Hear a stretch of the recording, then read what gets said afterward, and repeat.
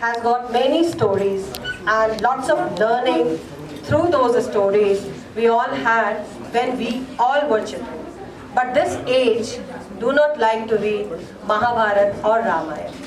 We also do not have that much time to tell those stories as we all were told when we all were kids by our grandparents.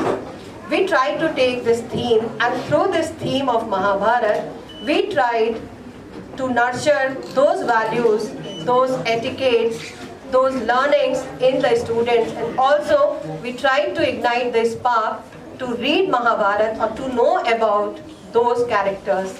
And now most of them are curious, and they all have promised that when they are going back during summer vacation, they will explore Mahabharata stories, maybe in the form of Amar Chitra Katha or cartoon. So it's a request to the parents also to contribute in their learning journey.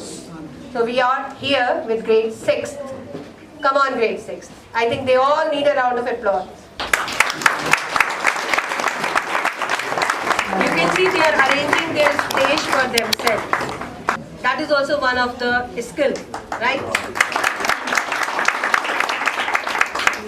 अभिमान जन्म से ही अंधा होता है।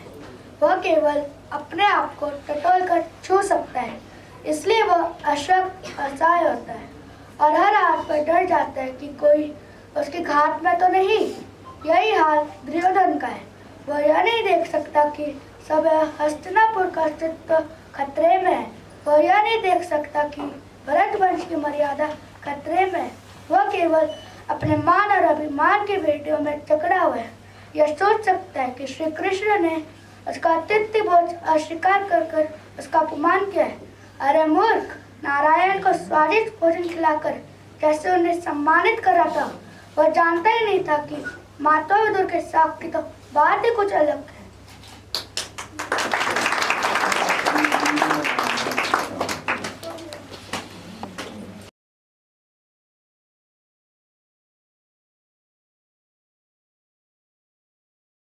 सबसे ऊंची प्रेम सगाई, सबसे ऊंची प्रेम सगाई, सबसे ऊंची प्रेम सगाई, सबसे ऊंची प्रेम सगाई। दुर्योधन के मेवा त्यागे, दुर्योधन के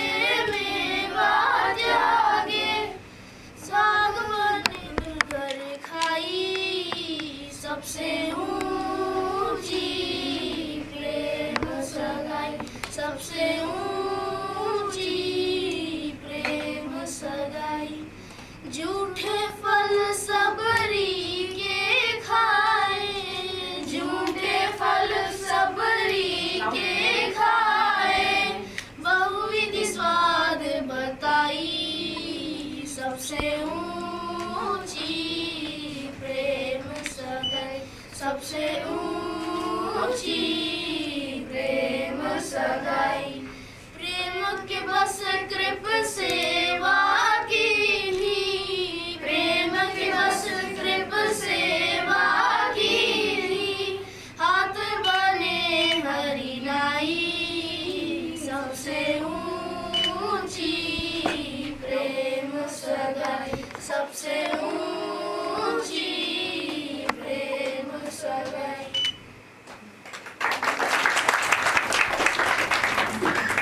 थोड़ा सा तो लीजिए वासुदेव। बस बस कमिस्ट्री बस। आप क्या सोच रहे हैं महात्मा? मुझे आपसे इस आगे की आशा नहीं थी वासुदेव। और नहीं तो क्या, तुम्हें मेरे यहाँ नहीं ठहरना चाहिए। दुर्योधन पहले ही दुरात्मा है।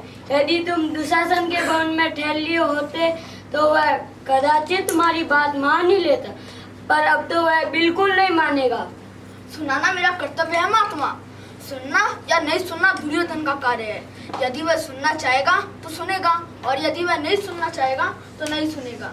उसने अपने कान में ताश्री, आचार्य, गुरुद्रोण आदि की वीरता की रूई पर रखी है वासुदेव। परंतु ये सब तो विराट युद्ध में भी थे। विराट युद्ध की बात अलग थी, अब अर्जुन का अपना युद्ध है वासुदेव।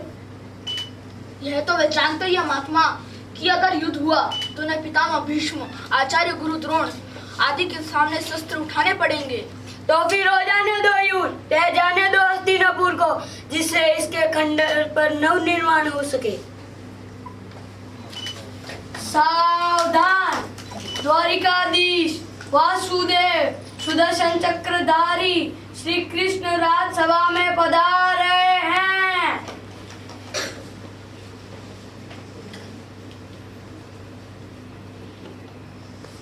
शांति दूत का प्रणाम स्वीकार कीजिए महाराज। हे वासुदेव, स्थान ग्रहण करके मेरी राजसभा का मान बढ़ाइए। स्थान ग्रहण कीजिए। हे वासुदेव, अब आप ये बताइए कि आप मेरे अनुज पुत्रों की तरफ से क्या संदेश लाए हैं। हे महाराज, गंगा पुत्र भीष्म को प्रणाम करने के उपरांत मैं ये निवेदन करता हूँ कि मैं किसी की ओर से कोई प्रस्ताव लेकर नहीं आया हूँ। मैं तो केवल शांति हित के लिए आया हूँ, परंतु यह विश्वास अवश्य दिलाता हूँ कि जो कुछ मैं स्वीकार कर लूंगा उसे स्वीकार करने के लिए पांडव संकोच नहीं करेंगे। इस राजसभा में जो महारथियों का चमखट है वह किसी अन्य राजसभा में नहीं है, इसीलिए परिवार को एकत्रित कीजिए महाराज। आने वाला इतिहास केवल आपसे प्रश्न करेगा महाराज, वह दुर्योधन, दुशासन और शकुनी से नहीं पूछेगा महाराज। अगर यह युद्ध हुआ तो उन सभी आंसुओं का उत्तरदायी इतिहास आपको ठहराएगा, जो इस युद्ध के उपरांत गाए जाएंगे। हे नरेश, इसलिए अब मैं जो कहने जा रहा हूँ उसे ध्यान से सुनिए।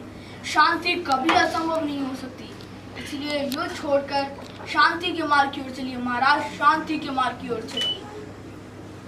युद्ध तो कदाचित कोई नहीं चाहता केशव। यदि युद्ध कोई नहीं चाहता पितामह, तो फिर ये कदाचित क्यों? कदाचित ये तो आप भी जानते पितामह कि युद्ध चाहने वाले इधर भी हैं और उधर भी। इसलिए आज कदाचित जैसे शब्दों को इस राजसभा से निकाल दीजिए पितामह, क्योंकि कदाचित जैसे शब्दों के बीच शांति की बात नहीं हो सकती।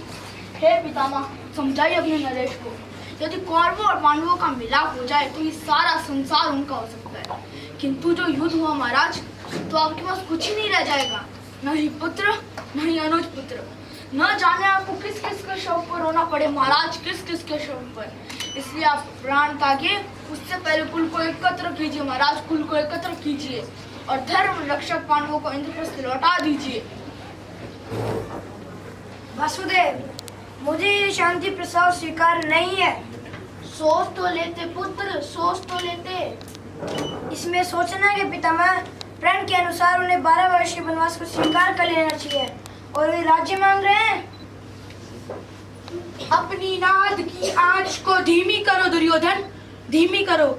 जैसे कुल्हाड़ी वृक्ष को काट कर गिरा देती है, वैसे ही व्यक्ति का कपट कुल्हाड़ी बनकर उसे ही काट कर गिरा देता है। और ये भी तो देखो वत्स, वासुदेव मित्र की भाषा बोल रहे हैं। मित्र की भाषा यह कह रही थी कि मैं अपना आधा राज्य उन्हें दे दूं। अगर यह मित्रता है तो मुझे शत्रुता की परिभाषा बताइए पितामह। शत्रु वो है युवराज जो योद्धा को किसी अनुचित युद्ध के लिए भड़काए। जो कुछ भी वासुदेव ने कहा वही धर्म है। इंद्रप्रस्थ उन्हें कभी नहीं दूंगा कुलगुरु। और हाँ, यदि वासुदेव के पास कोई और प्रस्ताव है तो उस पर मैं विचार कर सकता हूँ। आप लोग दुर्योधन के शुभ चिंतक है, इन्हें समझाइए, क्योंकि भरतवंश के भविष्य को इस ना समझ होता कि महत्वाकांक्षा पर बलि नहीं चढ़ाया जा सकता। और यदि प्रस्ताव का ही प्रश्न है युवराज, तो मेरे पास एक और प्रस्ताव भी है। अगर दुर्योधन इंद्रप्रस्थ रखना चाहे तो अवश्य ही रख ले महाराज।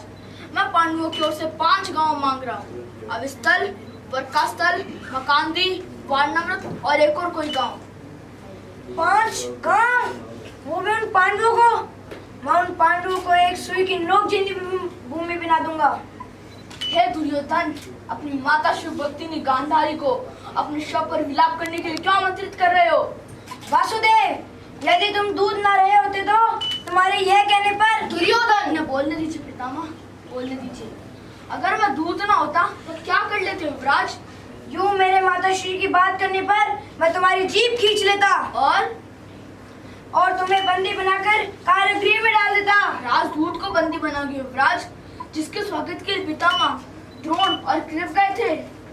हे अहंकारी दुर्योधन, यदि तुम हमें बंदी बनाना चाहो तो अवश्य ही प्रयत्न करके देखो। सैनिकों, इस ग्वाले को बंदी बना लो।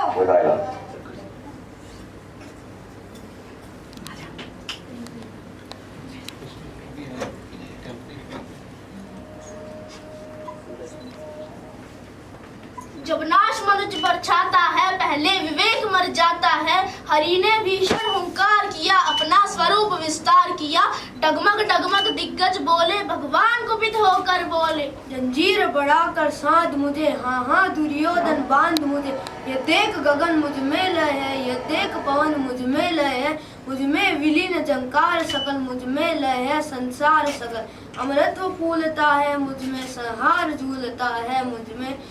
उदयाचल मेरा दीप्त भाल, मंडल विस्तल विशाल। भुज परिबंध को घेरे हैं, मैनाक मेरु पग मेरे। दीप्त जोगर नक्षत्र निकर सब है मेरे मुख के अंदर। दृग हो तो दृश्य अखंड देख, मुझ में सारा ब्रह्मांड देख, मुझ में सारा ब्रह्मांड देख। विश्व रूप दिखला रहे, विश्व रूप भगवान।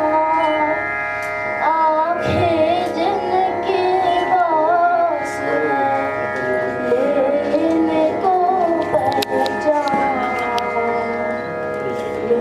इनको पहचान।